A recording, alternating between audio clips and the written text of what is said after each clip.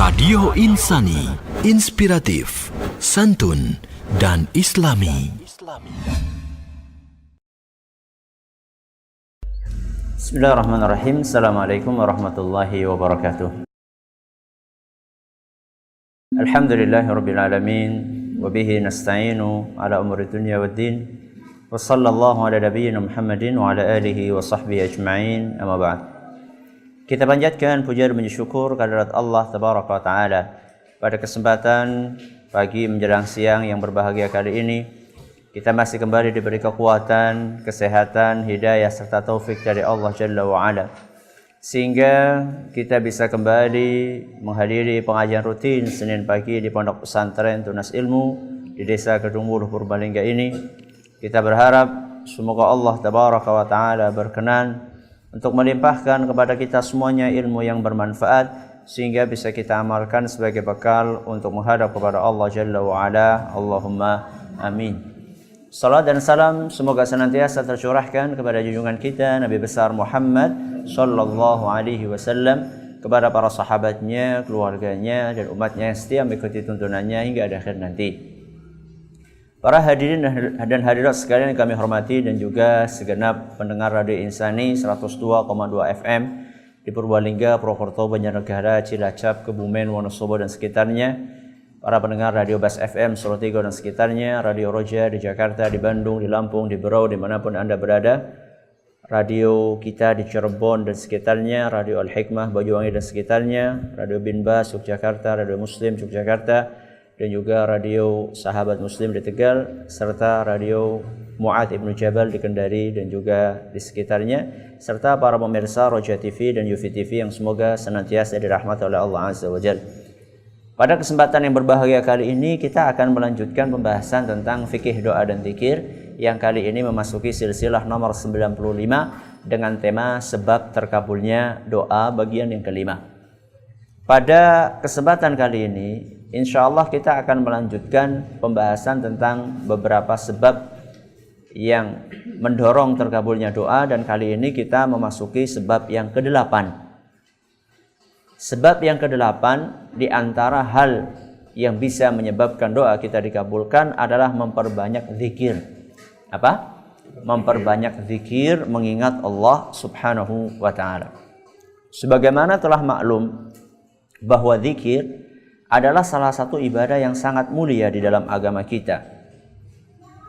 Dan ibadah ini dijanjikan pahala yang spesial oleh Allah Subhanahu wa taala melalui lisan Nabi kita Muhammad sallallahu alaihi wasallam, maupun disebutkan di dalam Al-Qur'an. Di antaranya adalah apa yang Allah sebutkan dalam surat Al-Ahzab ayat 35. Dalam surat Al-Ahzab ayat 35, Allah Subhanahu wa taala berfirman, "Wadz-dzakirinallaha katsiran wadz-dzakirat." Yang artinya laki-laki dan perempuan yang banyak berzikir, menyebut nama Allah. Jadi ayat ini menjelaskan bahwa orang-orang yang akan mendapatkan balasan istimewa dari Allah Subhanahu wa taala di dunia maupun di akhirat, salah satu syaratnya dia harus banyak zikir. Berarti di sini itu zikirnya harus banyak. Ya, bukan sekedar zikir. Karena kalau sekedar zikir, ada orang mengatakan, ya saya setiap habis sholat selalu membaca zikir. Ya betul, itu salah satu zikir yang dianjurkan dalam agama kita. Akan tetapi manusia istimewa, zikirnya itu bukan cuma habis sholat. Ya, bahkan ada sebagian orang sudah zikirnya habis sholat tok, minta dikorting pula. Ya, minta dikorting. Jadi baru zikir sebentar langsung set pergi.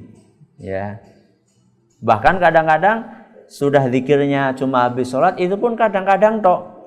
Habis sholat seringkali malah langsung habis salam langsung pergi. Ya, sehingga nggak pernah berzikir lagi setelah sholat. Dan tentu bukan itu yang dimaksud. Yang dimaksud dalam ayat ini adalah orang-orang yang berzikir dan banyak berzikir, sering. Ya.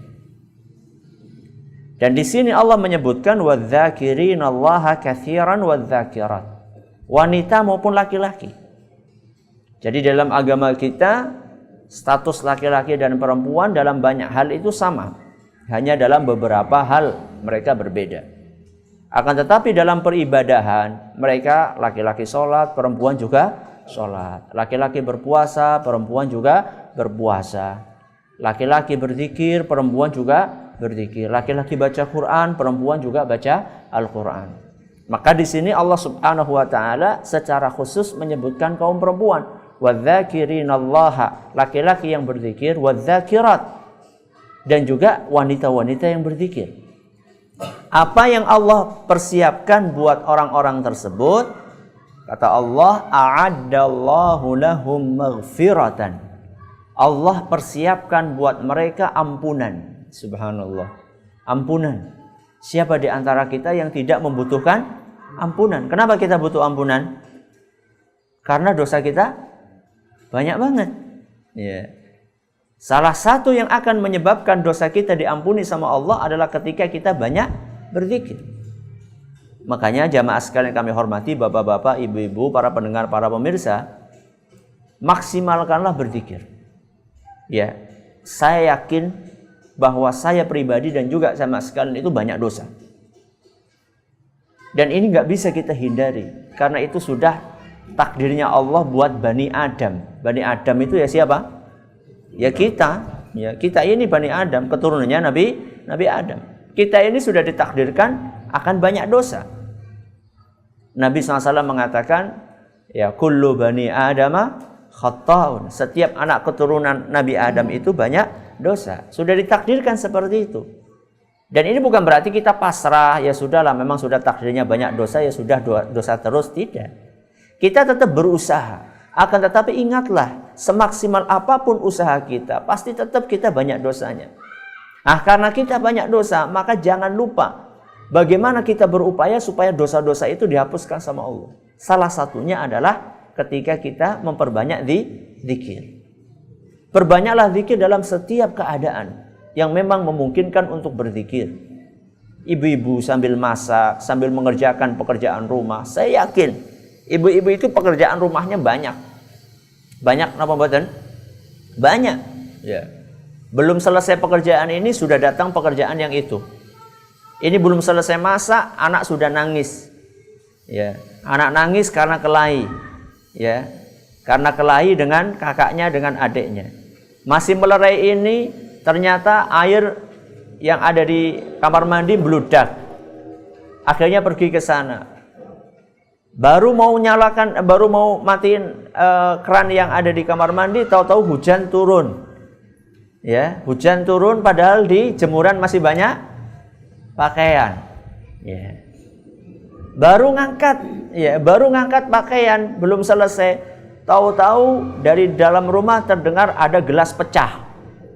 Ya, anak mainan gelas tahu-tahu pecah. Jadi pekerjaan itu terus numpuk-numpuk. Ya. Belum selesai baju yang kemarin dilepeti, sekarang sudah datang lagi baju dari jemuran. Ya. Belum selesai nyetrika, baju seminggu lalu sekarang sudah numpuk lagi. Itulah pekerjaan. Akan tetapi ketika itu semua dilakukan dengan penuh ketulusan, dengan keikhlasan. Kemudian ketika bekerja kita iringi dengan zikir kepada Allah. Ya. Nggak tahu nih ibu-ibu sambil ngelipetin baju sambil zikir apa mboten, Bu? Hah? Nggak tahu nih, saya tanya sama ibu-ibu. Ya, ibu-ibu ketika ngelipetin baju sambil zikir apa mboten? Mboten. Kadang-kadang. Ya. Atau bapak-bapak sekarang, ya, yang punya toko, ya, sambil nungguin tokonya itu sambil zikir atau enggak? Ya.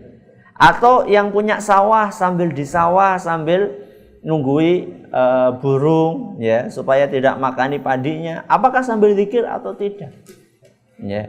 Atau yang mungkin lebih banyak di jalan, lebih banyak di jalan naik kendaraan. Entah itu mobil, entah itu sepeda, entah itu motor, di jalan itu sambil zikir atau tidak. Ternyata banyak sekali waktu-waktu kosong kita yang terbuang tanpa berzikir kepada Allah. Padahal seandainya kita manfaatkan itu untuk berzikir kepada Allah Subhanahu wa taala dan kita banyak berzikir, maka Allah menjanjikan a'addallahu lahum maghfirah. Allah janjikan kepada mereka, persiapkan untuk mereka ampunan. Apakah hanya ampunan saja? Tidak. Wa ajron azima. Dan pahala yang besar. Pahala yang besar. Di dunia maupun di akhirat.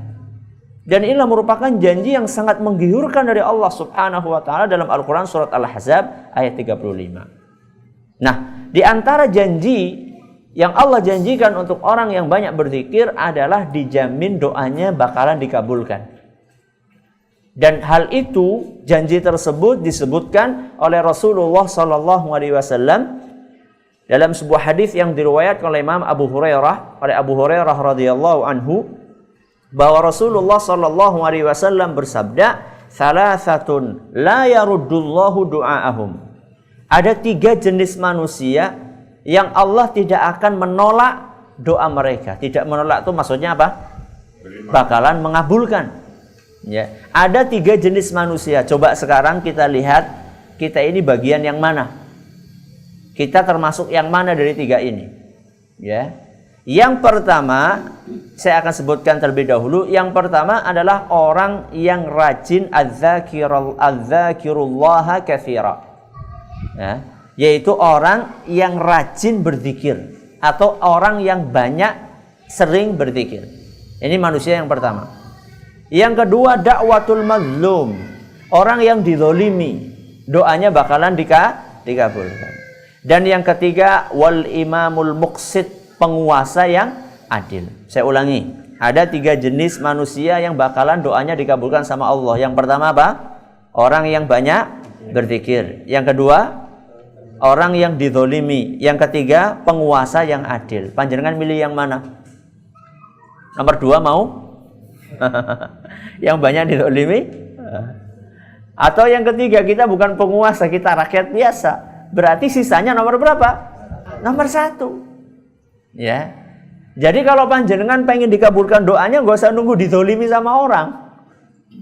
Atau bahkan cita-cita, ya Allah, aku pengen dizalimi supaya doaku dikabulkan. Jangan. Ya.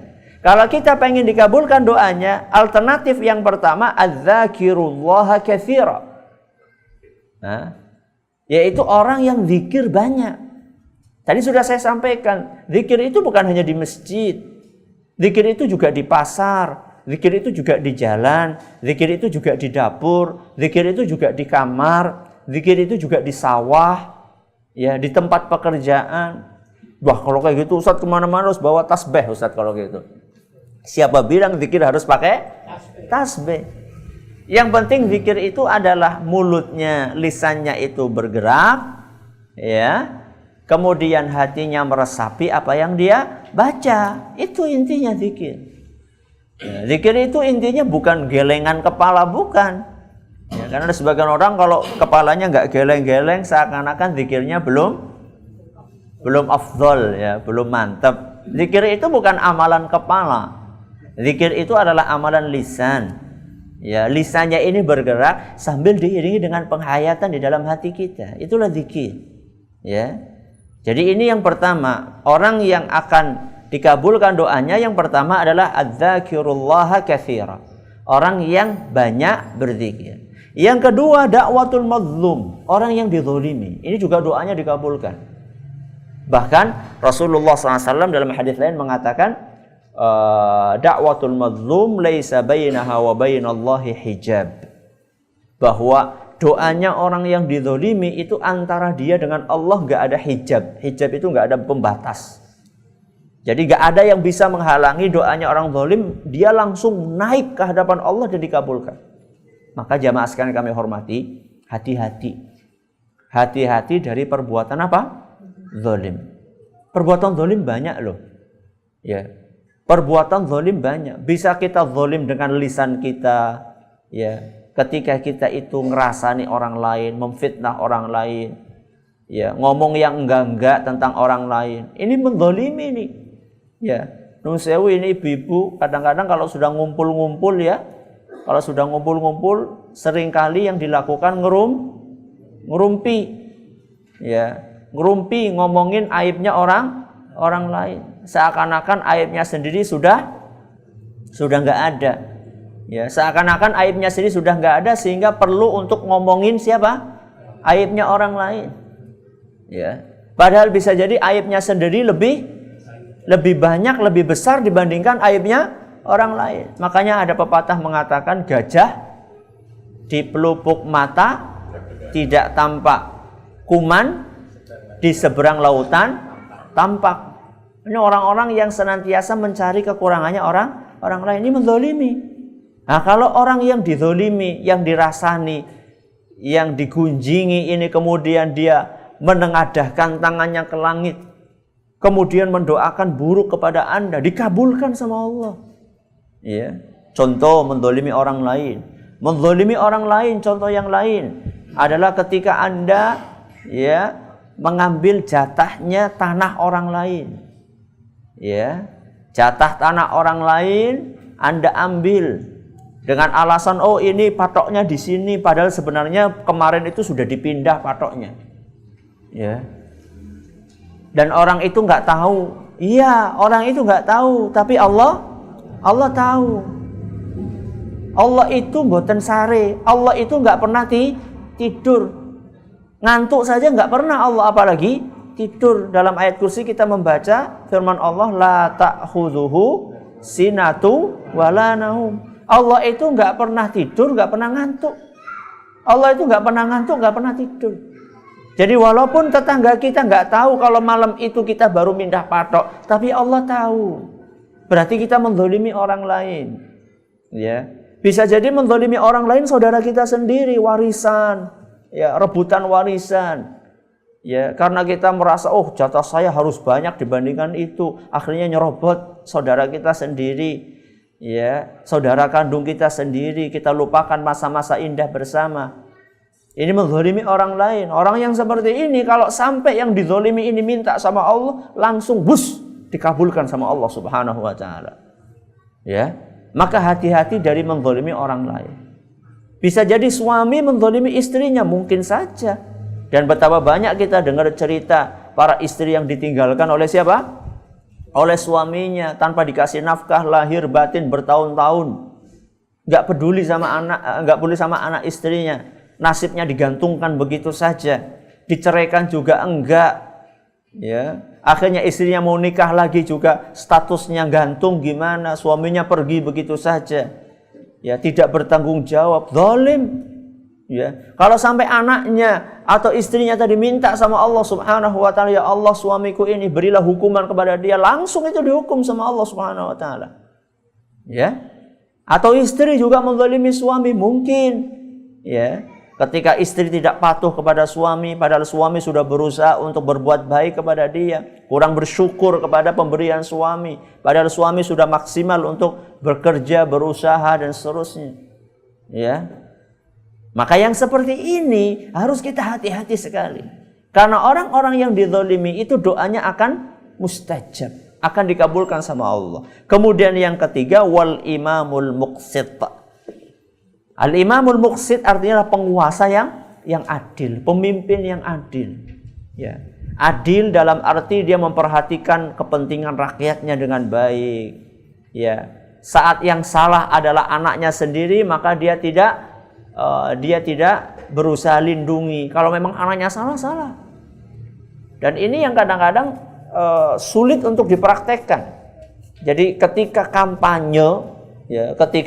kampanye sama saat sudah jadi itu beda. Ketika kampanye kita harus mengusung keadilan, kita harus mengusung kesetaraan, kita harus mengusung ini, siapapun yang bersalah harus dihukum. Ternyata begitu yang bersalah, anaknya sendiri gimana? Ya berusaha bagaimana supaya anaknya selamat. Ini nggak adil. Tapi orang yang adil, pemimpin yang adil, ketika dia tidak pandang bulu siapapun yang bersalah, maka akan dihukum. Entah itu anaknya sendiri atau bahkan istrinya sendiri. Kalau memang salah dihukum. Orang-orang yang seperti ini doanya dijamin dikabulkan sama Allah Subhanahu wa taala.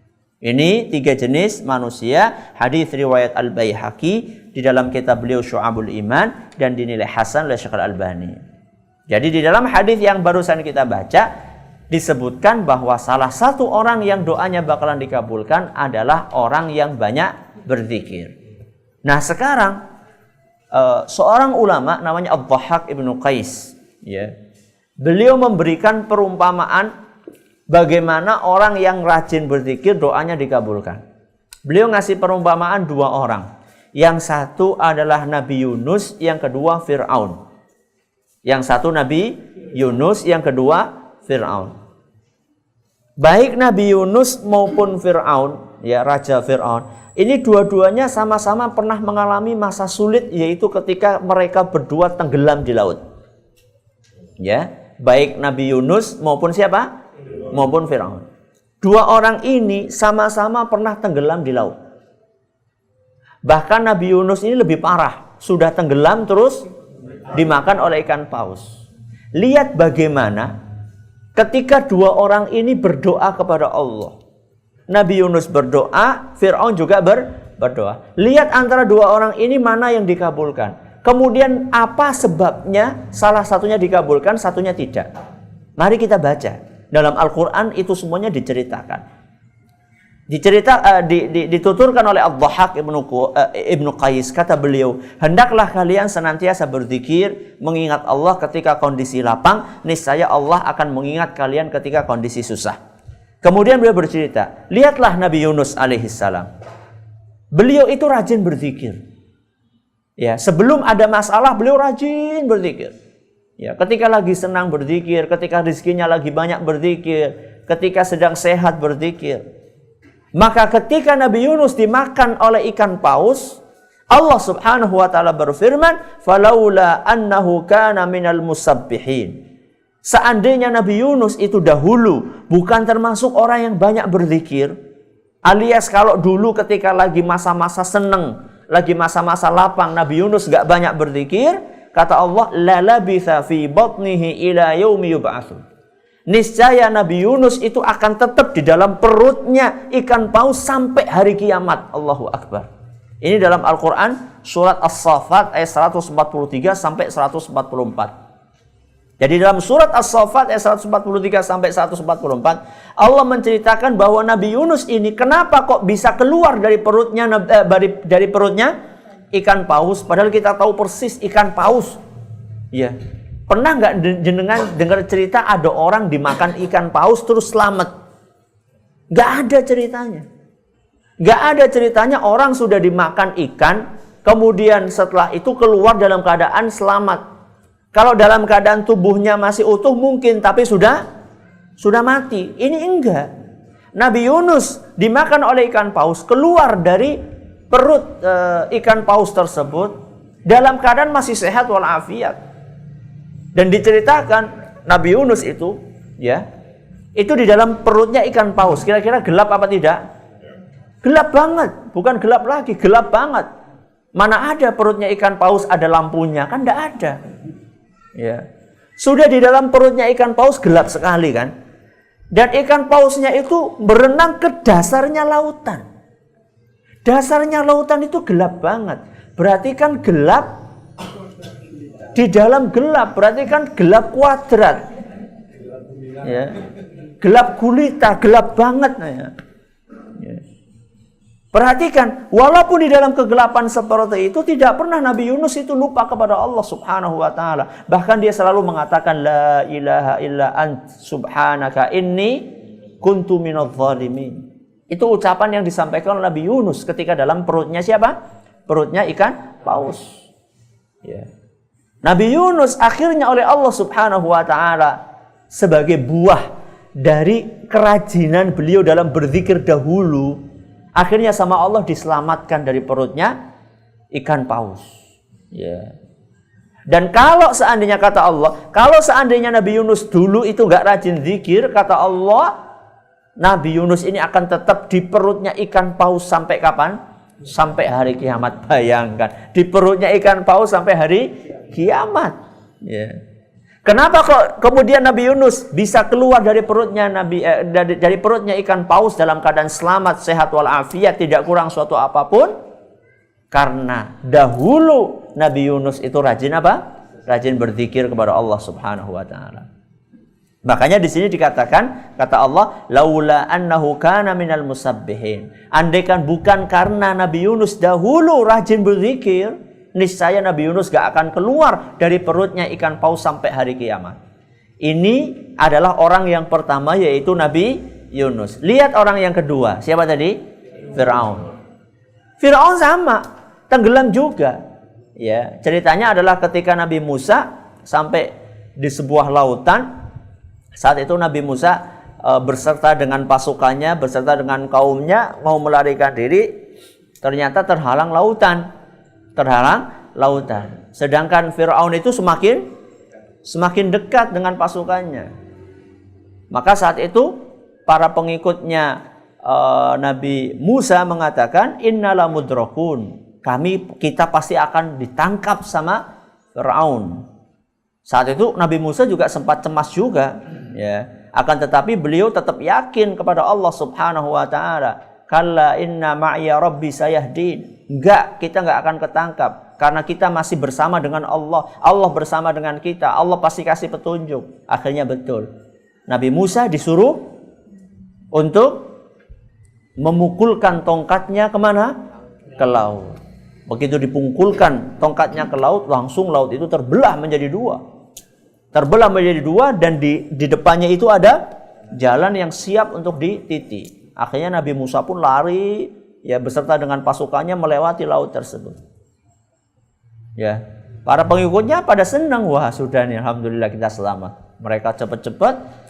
Begitu mereka sudah di tengah lautan, tahu-tahu mereka juga ngelihat Fir'aun ikut juga masuk ke situ. Ikut juga masuk di jalan yang dibikin oleh Nabi Musa dengan izin Allah Subhanahu wa taala. Nah, pengikutnya Nabi Musa cemas lagi, wah gimana nanti kita sudah bisa selamat lewat laut, tapi di belakang kita ada Fir'aun. Ternyata Allah Subhanahu wa taala menghendaki ketika Nabi Musa beserta dengan pengikutnya semuanya sudah keluar dari mana? Dari laut. Kemudian Fir'aun dan pengikutnya semuanya sudah masuk di jalan yang di laut itu. Langsung apa? Laut itu dikembalikan seperti semula, tenggelamlah Fir'aun dan para pasukannya. Nah, saat itu Fir'aun berkata, aku beriman, ya Allah, aku beriman. Ya. Aku beriman saat itu, ya Allah. Apa kata Allah Subhanahu wa taala? Al-ana. Kenapa baru sekarang kamu beriman? Alias imannya diterima enggak sama Allah? Enggak diterima sama Allah Subhanahu wa taala. Kenapa tidak diterima imannya? Waqad asaita qablu wa kunta minal mufsidin. Karena dahulu kamu adalah orang yang jahat, orang yang durhaka, dan kamu sering membuat kerusakan di muka bumi. Al-Quran surat Yunus ayat 91. Lihat bagaimana latar belakang seseorang itu berpengaruh kepada terkabulnya doa seseorang atau tidak. Jadi sebenarnya Fir'aun saat itu minta kepada Allah untuk diselamatkan. Ya, bisa selamat dengan ucapan dia, aku beriman ya Allah, aku pengen selamat. Akan tetapi masa lalu seseorang itu berpengaruh. Ya, berpengaruh kepada apakah orang itu akan dikabulkan doanya sama Allah atau tidak. Makanya Fir'aun gak dikabulkan sama Allah. Kenapa? Karena masa lalunya kelam, masa lalunya gelap. Baru tobat kapan? Baru tobat ketika sudah sakaratul maut. Akan tetapi tolong nanti jangan ada yang mengatakan, Ustaz, masa lalu saya kelam, saya kayaknya kayak Fir'aun. Jangan. Fir'aun itu nggak diterima karena apa? Karena dia tobatnya sudah dalam keadaan sakaratul maut. Alias nyawanya sudah di mana? Sudah di tenggorokan. Itu nggak diterima. Tapi kalau misalnya Anda masih sehat walafiat, kemudian masa lalu Anda kelam, maka masih bisa diterima tobatnya. Jadi tobat itu nggak diterima ketika matahari sudah terbit dari barat. Ya, kalau sekarang matahari masih terbit dari timur. Nah, kalau matahari sudah terbit dari barat, kapan itu? Hari kiamat. Nah, kalau sudah hari kiamat akan tiba, pintu tobat sudah ditutup. Dan juga di antara ditutupnya, kapan di antara tutupnya pintu tobat adalah ketika nyawa sudah di kerongkongan, alias orang sudah sakaratul maut, itu nggak diterima lagi. Nah, Fir'aun itu kenapa nggak diterima? Karena sudah sakaratul maut, sudah nyawanya di kerongkongan. Ya, sudah mau mati baru dia tobat, gak akan diterima sama Allah Subhanahu wa taala. Dan satu-satunya yang diselamatkan oleh Allah adalah apanya? Adalah fisiknya Fir'aun. Ya. Falyawma nunajjika bijasadika litakuna liman khalfaka ayah. Ya. Pada hari ini aku selamatkan tubuhmu. Ya.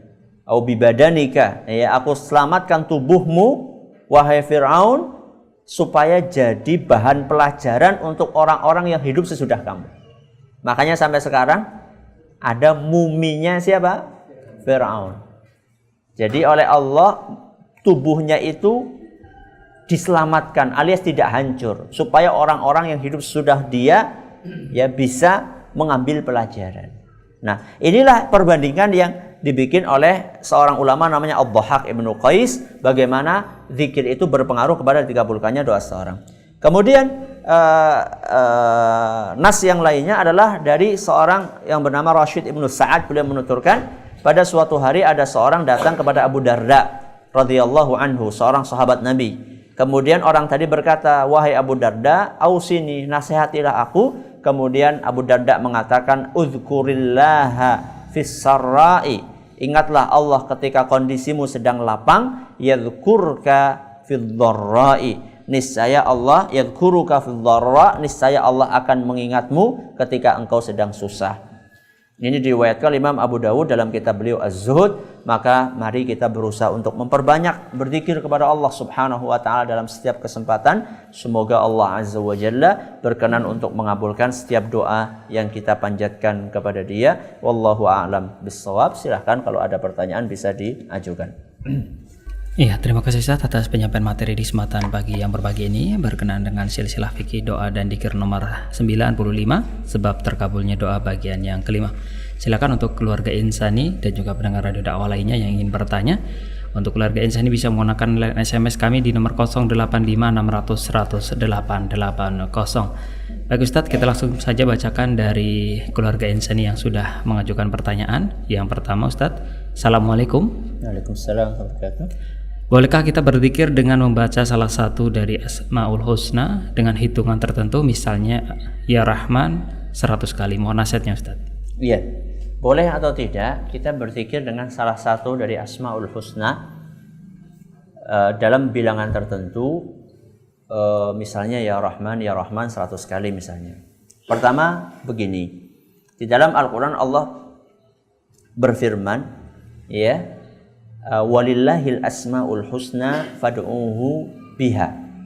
Allah itu memiliki asmaul husna. Apa artinya asmaul husna? Nama-nama yang mulia. Allah itu memiliki nama-nama yang mulia. Fad'uhu biha, maka berdoalah kalian menggunakan nama-nama tersebut. Menggunakan nama-nama tersebut. Berarti kita ini disuruh berdoa dengan asmaul husna. Kalau kita perhatikan contoh dari Rasulullah SAW, doa-doa dari Rasulullah SAW, atau doa-doa yang disebutkan dalam Al-Quran, kita akan temukan bahwa ketika Rasulullah SAW menyebutkan Asma'ul Husna tadi, maka itu dijadikan sebagai wasilah, sebagai sarana pembuka di dalam doa. Ya. Bukan hanya sekedar disebutkan saja. Ya, jadi bukan hanya sekedar Ya Rahman, Ya Rahman, Ya Rahman, Ya Rahman, atau Ya Rahim, Ya Rahim, Ya Rahim. Akan tetapi kalau kita perhatikan setelah menyebutkan itu kemudian ada doanya. Contoh, Ya Hayyu, Ya Qayyum. Terus apa? Bi rahmatika astaghith.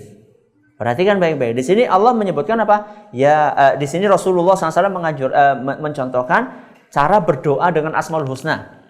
Ya Hayyu, Ya Qayyum. Hayyu kan nama Allah, ya, yang maha hidup. Al-Qayyum juga nama Allah yang maha mengurusi hambanya, memelihara hambanya. Setelah kita menyebutkan dua nama tersebut, kemudian setelah itu kita berdoa bi rahmatika astaghith, aku mohon bantuanmu ya Allah dengan rahmatmu. Berarti bukan hanya sekedar disebutkan redaksinya. Selesai misalnya Ya Latif, Ya Latif, Ya Latif, Ya Latif. Apa? Ya. Maka perhatikan baik-baik, ini adalah salah satu di antara fikih, ya, memahami cara berdoa yang dicontohkan oleh Rasulullah Sallallahu Alaihi Wasallam. Maka kalau kita misalnya kita mau berdoa kepada Allah dengan Ar-Rahman, maka ya Rahman, ya Rahim, irhamna. Apa artinya irhamna? Sayangilah kami. Ya Rahman, ya Rahim, irhamna. Atau misalnya kita pengen diampuni sama Allah, ya Ghaffar, ya wahai yang maha pengampun, ighfir lana, ampunilah kami, ya. Atau kita pengen rizki, kita katakan ya Razzaq. Apa ya Razzaq? Wahai yang maha pemberi rizki, urzuqna, berilah rizki kepada kami. Inilah setahu kami yang dicontohkan, ya, sampelnya oleh Rasulullah Sallallahu Alaihi Wasallam. Kita bisa menganalogikan, mengkiaskan dengan contoh-contoh yang tadi saya bawakan, antara lain lah ya Hayyu ya Qayyum. Ya, wallahu a'lam bishawab. Silakan. Ya, terima kasih Ustaz atas nasihatnya. Kita beralih pertanyaan yang berikutnya Ustaz. Pertanyaan dari Ummu Farhan di Purwokerto yang bertanya. Bismillah, assalamualaikum Ustaz. Waalaikumsalam warahmatullahi wabarakatuh. Kalau kita berzikir berjamaah dan sendiri itu apa memang berbeda keutamanya Ustaz? Pertanyaan berikutnya, supaya zikir kita diterima, apakah memang kita harus memiliki guru berzikir? Mohon nasihatnya Ustaz. Apa? Harus memiliki apa? Guru berzikir. Ya. Pertama, apakah sama antara berzikir secara berjamaah maupun berzikir sendirian? Ya, tergantung ya. Kalau berzikir jamaah itu ada contohnya dari Rasulullah Sallallahu Alaihi Wasallam, maka tidak ada masalah. Ya, kalau ada contohnya dari Rasulullah SAW, maka tidak masalah. Akan tetapi kalau misalnya Rasulullah Sallallahu Alaihi Wasallam mencontohkan zikir sendiri, maka contohlah apa yang diberikan contohnya oleh Nabi kita Muhammad Sallallahu Alaihi Wasallam. Ya, makanya disinilah kita perlu mempelajari bagaimana Rasulullah SAW berzikir. Ya, kalau memang Rasulullah SAW mencontohkan kepada kita agar berzikir sendiri-sendiri, maka berzikirlah sendiri-sendiri, dan itulah yang lebih afdal. Ya, dan itulah yang lebih afdal. Akan tapi seandainya Rasulullah SAW mengajarkan untuk berjamaah, ya berjamaah. Contoh misalnya, pokoknya kita itu masalah bareng atau tidak, contohlah apa yang dipraktekkan Rasulullah SAW. Sholat misalnya, kalau Rasulullah SAW mengajarin sholat berjamaah, ikutilah contoh dari siapa? Rasul Sallallahu Alaihi Wasallam. Ya. Kalau misalnya Rasulullah SAW mengajarin kita untuk sedekah sendiri misalnya, ya sudah, sedekah apa? Sendiri. Jadi pokoknya apapun, apakah kita bersama atau sendirian, lihat bagaimana praktek yang dicontohkan oleh Nabi kita Muhammad SAW. Jadi semakin kita sesuai, ya, semakin amalan kita sesuai dengan apa yang dicontohkan Rasul, maka amalan itu semakin afdal. Kemudian yang kedua, mengenai apakah zikir itu supaya diterima harus pakai guru, tergantung apa maksudnya. Kalau maksud dari guru itu adalah ngajarin, nih loh, zikir yang benar tuh seperti ini, maknanya seperti ini, caranya seperti ini. Setelah itu silahkan zikir. Kalau itu yang dimaksud, nggak apa-apa, itu bagus. Karena memang dalam menuntut ilmu agama kita harus pakai apa? Harus pakai guru. Ya, nggak cukup hanya sekedar baca otodidak sendiri, itu nggak cukup. Belajar agama itu harus pakai guru. Dan gurunya juga dipilih yang kredibel, yang betul-betul mumpuni di dalam ilmunya. Itu kalau yang dimaksud pakai guru itu, jadi ngajarin cara zikir yang benar kayak gini, ya. Kemudian maknanya zikir ini, ya silahkan Anda praktekkan, etikanya seperti ini, silahkan Anda praktekkan. Itu tidak apa-apa dan itu bagus. Tapi kalau maksudnya harus pakai guru itu, kalau nggak dipimpin sama gurunya, berarti zikir kita nggak sah, itu nggak benar. Itu tidak benar. Ya, jadi kita semuanya kalau sudah tahu ilmunya, sudah tahu etikanya, sudah tahu maknanya, kita bisa berzikir dimanapun kita berada. Tidak harus dipimpin oleh seorang guru. Wallahu a'lam bishawab. Ya. Ya, terima kasih Ustaz atas nasihatnya. Semoga bermanfaat buat keluarga insan yang bertanya di kesempatan hari ini.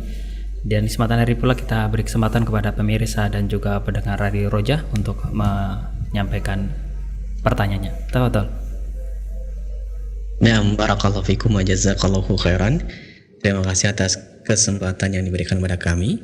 Berikut pertanyaan yang telah masuk dari pesan singkat dari pemirsa dan pendengar Radio Roja. Dari Surabaya, Ummu Zubair yang bertanya, Assalamualaikum Ustadz, bolehkah kita berzikir di dalam hati ketika atau saat mengerjakan pekerjaan seperti ketika kita masak atau naik motor, dikarenakan pada saat itu kita dalam keadaan dua pekerjaan. Fadhil Ustaz. Ya, boleh nggak kita berzikir dalam hati ketika sedang masak atau naik motor? Dari Ummu Zubair di Surabaya. Pertama, zikir itu berkelas-kelas. Zikir itu berkelas-kelas. Yang paling afdol adalah ketika seorang bisa berzikir memadukan antara lisan dia dengan apa? Dengan hatinya. Itulah paling tinggi. Diiringi dengan amalan lahiriahnya. Ya, ini adalah derajat yang paling tinggi. Kemudian berikutnya adalah orang yang berzikir dengan hati saja tanpa lisan. Berikutnya ada orang yang berzikir dengan lisan saja tanpa hati. Jadi sebenarnya boleh saja orang berzikir dengan hati tok tanpa lisannya bergerak, itu boleh, tapi kurang afdhal. Berbeda ketika orang sholat. Kalau orang sholat, ya bacaan-bacaan sholat, Al-Fatihah, Subhana Rabbiyal A'la, Subhana Rabbiyal Azim, itu harus mulutnya apa? Bergerak. Mulutnya harus bergerak diiringi dengan hati yang meresapi apa yang dia baca. Tapi dalam kondisi-kondisi zikir yang sifatnya mutlak, bebas waktunya, tidak dibatasi waktunya, ya, dan itu hukumnya sunnah. Ya, seandainya memang ada kondisi yang menuntut dia untuk tidak bisa menggerakkan apa? Bibirnya, lisannya, maka tidak apa-apa. Dia berzikir dengan hatinya. Berzikir dengan hati itu yang meresapi keagungan Allah, bertafakur tentang kebesaran Allah Subhanahu wa taala. Itu tidak apa-apa, insyaallah. Nah, silakan. Ustaz, barakallahu fiik atas jawabannya, dan berikutnya kami bacakan pertanyaan yang selanjutnya. Pertanyaan yang telah masuk dari Tri di Riau yang bertanya, Ustaz, mana zikir yang lebih baik dari la ilaha illallah atau subhanallah wa bihamdihi subhanallahil azim?